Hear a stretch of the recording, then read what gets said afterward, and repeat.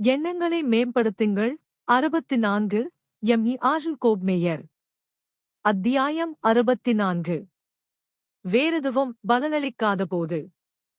உங்களை பாதிக்கும் ஏறக்குறைய அனைத்திற்கும் இதோ ஒரு உறுதியான தீர்வு.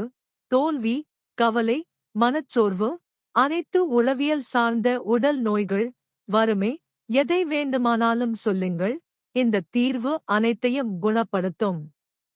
மேலும் மற்ற அனைத்தும் தோல்வியடையும் போதும், குறிப்பாக மற்ற அனைத்தும் தோல்வியடையும் அந்தச் சமயத்திலும் கூட, இது உங்கள் சிக்கல்களை தீர்த்து வைக்கும். மேலும் இந்த உறுதியான தீர்வு உங்கள் உடனடி பயன்பாட்டிற்காக எப்போதும் தயாராகவே உள்ளது. இது கோடிக்கணக்கான பயனர்களுக்கு உதவியிருக்கிறது. எனவே குறைந்தபட்சம் நீங்களாவது இதை ஒருமுறை முயன்று பார்க்க வேண்டும். வேற அனைத்தும் தோல்வியடையும் போது கடின உழைப்பை முயற்சித்துப் பாருங்கள். சில உதாரணங்களைப் பார்ப்போம். தோல்வியிலிருந்தே தொடங்குவோம். ஏதோ ஒரு தோல்வி அல்ல, மாறாக உலகிலேயே வேறு யாரையும் விட அதிகமாக தோல்வியடைந்த அந்த மனிதரைப் பற்றி. அவரது பெயர் தாமஸ் எடிசன். மற்ற எவரையும் விட அவர் அதிகம் தோல்வியடைந்தார், ஏனெனில் மற்ற எவரையும் விட அவர் அதிகம் முயன்றார்.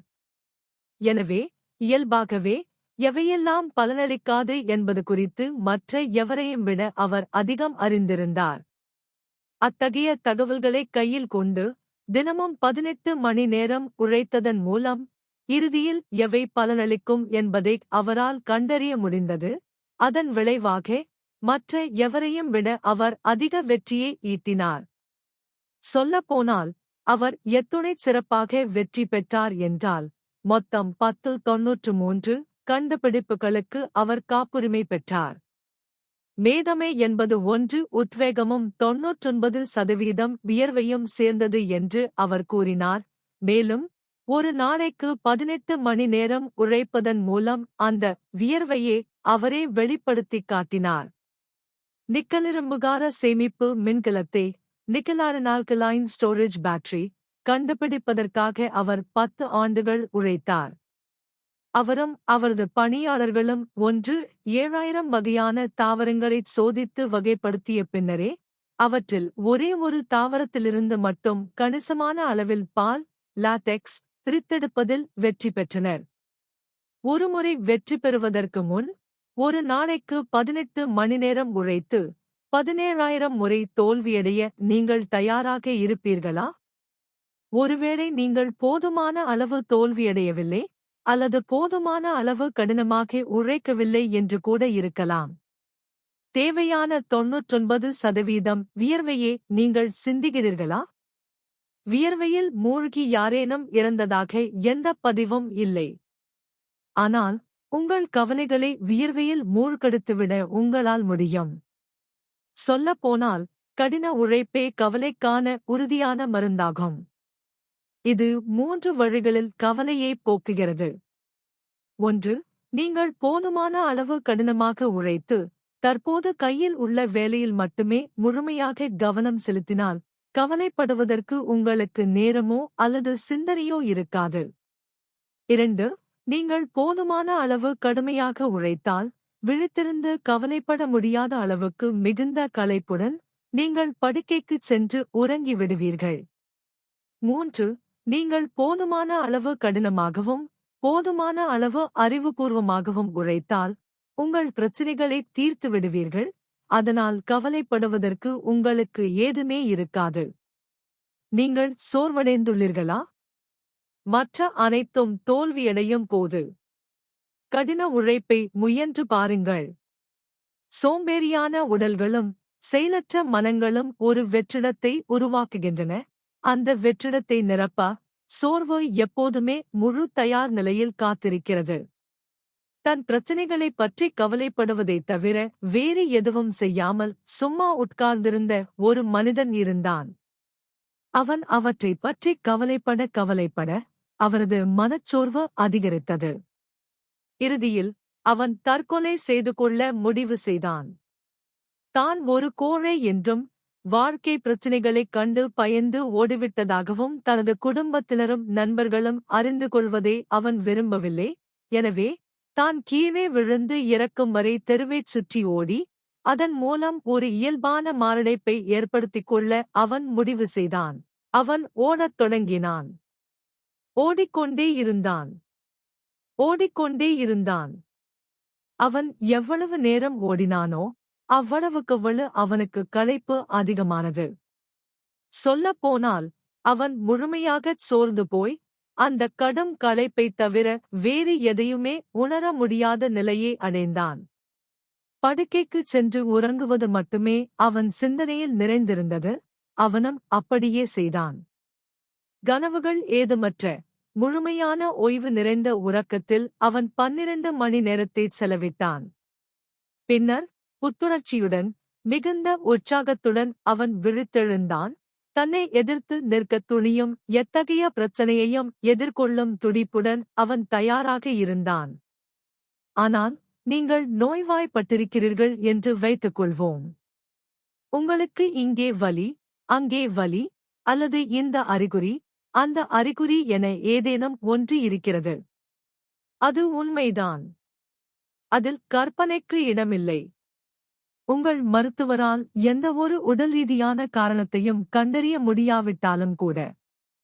அதன் எளிய அர்த்தம் என்னவென்றால், உங்கள் நோய் உடல் சார்ந்தது. உடல் ரீதியான காரணங்களுக்குப் பதிலாக மனவுணர்ச்சி ரீதியாக ஏற்படும் நோய். எல்லா நோய்களிலும் 50க்கும் மேற்பட்டவை அப்படித்தான். சில மருத்துவர்கள் 90% என்கிறார்கள். எப்படி இருந்தாலும் உடல் சார்ந்த காரணங்களாலும் நீங்கள் அதே அளவு நோய்வாய்ப்பட்டிருக்கிறீர்கள். சிகிச்சை மட்டுமே வேறுபட்டது. ஒரு சிறப்பு நிபுணர் தேவைப்படும் சில நேர்வுகளைத் தவிர உங்கள் மருத்துவரால் உங்களை குணப்படுத்த முடியும். பொதுவாக உங்களால் உங்களையே குணப்படுத்திக் கொள்ள முடியும். நிச்சயமாக உங்கள் மருத்துவரின் அனுமதியுடன் கடினமாக முயற்சி செய்யுங்கள். உங்களை பாதிக்கும் எத்தகைய குறைபாட்டிற்கும் ஒரு சர்வ நிவாரணியாக திகழும் இது வறுமையை போக்குவதிலும் மிகுந்த செயல்திறன் மிக்கதாக விளங்குகிறது. இதன் குணப்படுத்தும் ஆற்றல்கள் பல வியக்கத்தக்க சான்றுகளின் வாயிலாக பதிவு செய்யப்பட்டுள்ளன. வறிய நிலையில் உள்ள சிலரின் உதாரணங்களை இப்போது நாம் காண்போம். உதாரணத்திற்கு பாவம் ஆண்ட்ரூ கார்னகி. என்ன? ஆண்ட்ரூ கார்னகியா ஏழையா? என்ன சொல்கிறீர்கள்? அவர்தானே எஃகுத் துறையின் மாபெரும் ஜாம்பவான். அவர் கோடிக்கணக்கில் செல்வத்தைச் சேர்த்திருந்தார். இந்த நாடு முழுவதும் உள்ள பல்வேறு நகரங்களில் இலவச பொது நூலகங்களை அமைப்பதற்காக தனது செல்வத்தை வாரி வழங்கிய பிறகும் கூட அவரால் தனது பணத்தை அவ்வளவு விரைவாகச் செலவிட்டு தீர்க்க முடியவில்லை. ஆனால் உண்மையில் ஆண்ட்ரூ கார்னகி எத்துணை ஏழ்மையில் இருந்தார் தெரியுமா?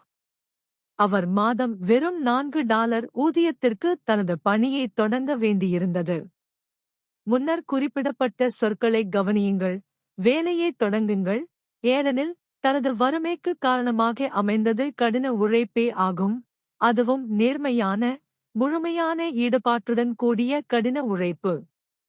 அவரே இதை இவ்வாறு கூறியுள்ளார். முழுமையான ஈடுபாடே கன்சென்ட்ரேஷன் எனது தாரக மந்திரம். முதலில் நேர்மை, அடுத்து கடும் உழைப்பு, அதன்பின் முழுமையான ஈடுபாடு. எனவே நாம் வறுமையை ஒழிக்க முயலும் இவ்வேளையில் மாதம் $4 ஊதியத்தில் தனது பணியைத் தொடங்கி நேர்மையான மற்றும் முழுமையான ஈடுபாட்டுடன் கூடிய கடின உழைப்பின் வாயிலாக உலகின் பெரும் செல்வந்தர்களில் ஒருவராக உயர்ந்த அந்த மனிதரின் அறிவுரையை நாம் ஒருபோதும் புறக்கணித்துவிடக்கூடாது. பிற்காலத்தில் உலகின் மிக பெரும் செல்வந்தர்களில் ஒருவராக திகழ்ந்த ஜான் டி. ராக்பெல்லர் வாரத்திற்கு $6 ஊதியத்தில் பணியாற்றத் தொடங்கினார். ஹென்றி ஃபோர்டோ வாரத்திற்கு $2.50 ஊதியத்தில் பணியாற்றத் தொடங்கினார்.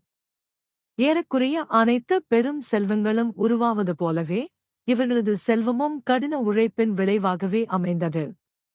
வெற்றி குறித்த ஆய்விலேயே நான் என் வாழ்நாள் முழுவதையும் அர்ப்பணித்துள்ளேன்.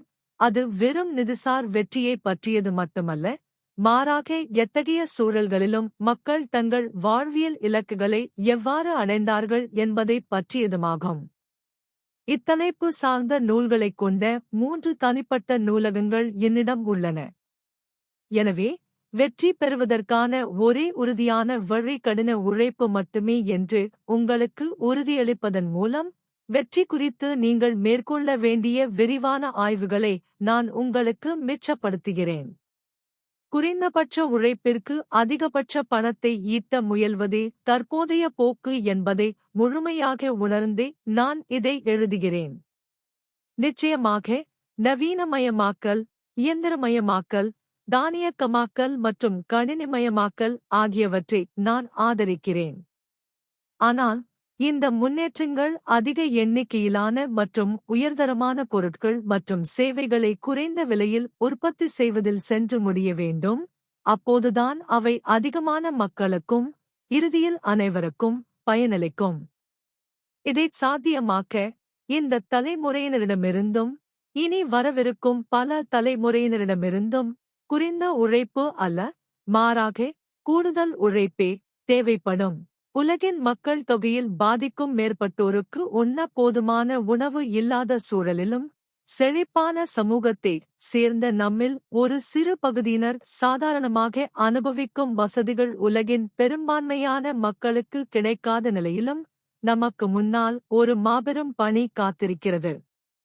கணினிமயமாக்கப்பட்ட தானியக்கத்தின் உதவியை கொண்டிருந்தாலும் கூட, இப்பணியைச் செய்து முடிப்பதற்கு தீவிர உழைப்பு தேவைப்படும். மனிதகுலத்தின் நன்மைக்காக மட்டுமல்ல, நமது சொந்த நன்மைக்காகவும் நாம் இப்போதே தொடங்க வேண்டும். விரைவில், குறைவாக உழைத்து மேலும் மேலும் ஊதியம் பெற வேண்டும் என்ற இந்த உந்துதல், குறைந்துவரும் வருமான விதியுடன் நேருக்கு நேர் மோதும். உலகளாவிய சந்தையில் நமது விலையை நாமே நிர்ணயித்துக் கொண்டால், நமது உழைப்பை வேலைகளிலிருந்தும், நமது தொழில்துறைகளை வணிகத்திலிருந்தும் நாம் விலக்கி வைப்போம். வெளிநாட்டு தொழில்துறைகள் ஏற்கனவே பல சிறந்த பொருட்களை மிக குறைந்த விலையில் உற்பத்தி செய்து வருகின்றன. நமது பெரிய தொழில்துறைகள் மிக குறைந்த விலையுள்ள வெளிநாட்டு உழைப்பை பயன்படுத்திக் கொள்ள வெளிநாடுகளில் ஏற்கனவே பல ஆலைகளை கட்டி வருகின்றன. மேலும், சிலர் வேலைக்கு ஒரு மாற்றீட்டை கண்டுபிடித்துவிட்டதாக நம்பினால், இந்த சுவாரஸ்யமான சிந்தனையை நான் அவர்களிடம் விட்டுச் செல்ல விரும்புகிறேன். இந்த நாட்டின் தலைவர்களும், எதிர்கால தலைவர்களாக திகழப் போகின்றவர்களும், ஒரு நாளைக்கு 12 முதல் 16 மணி நேரம் உழைத்து வருகின்றனர்.